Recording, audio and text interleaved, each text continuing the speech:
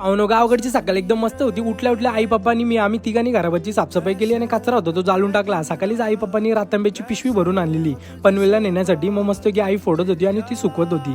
मग पप्पांनी आंबे काढण्यासाठी आहे ना गल घेऊन आले. मग मी आंब्याच्या झाडावर चढलो आणि हा आमचा आंबा आहे ना एकदम जुना आंबा आहे आणि त्याच्या फांद्या एकदम बारीक आहेत. म्हणजे व्लॉगिंग करताना मी एकदा वाचलो नाही तर आंब्यासकट मोबाईल सकट खालती पडणार होतो, नशीब वाचलो. मग एक आंबा होता तो मस्त की कावल्याने खाल्लेला, म्हणून बोललो काढतो ना खातो गोड लागल म्हणून काढला. तो बघतं काय कच्चा निघला ना भाई, पोपट झाला माझा फटाकसे.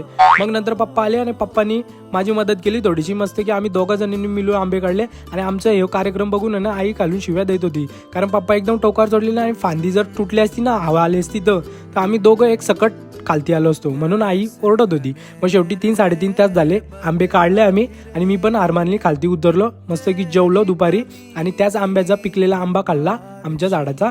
आणि नंतर मग ते अर्धे पनवेलला न्यायच्यात आणि अर्धे आजोला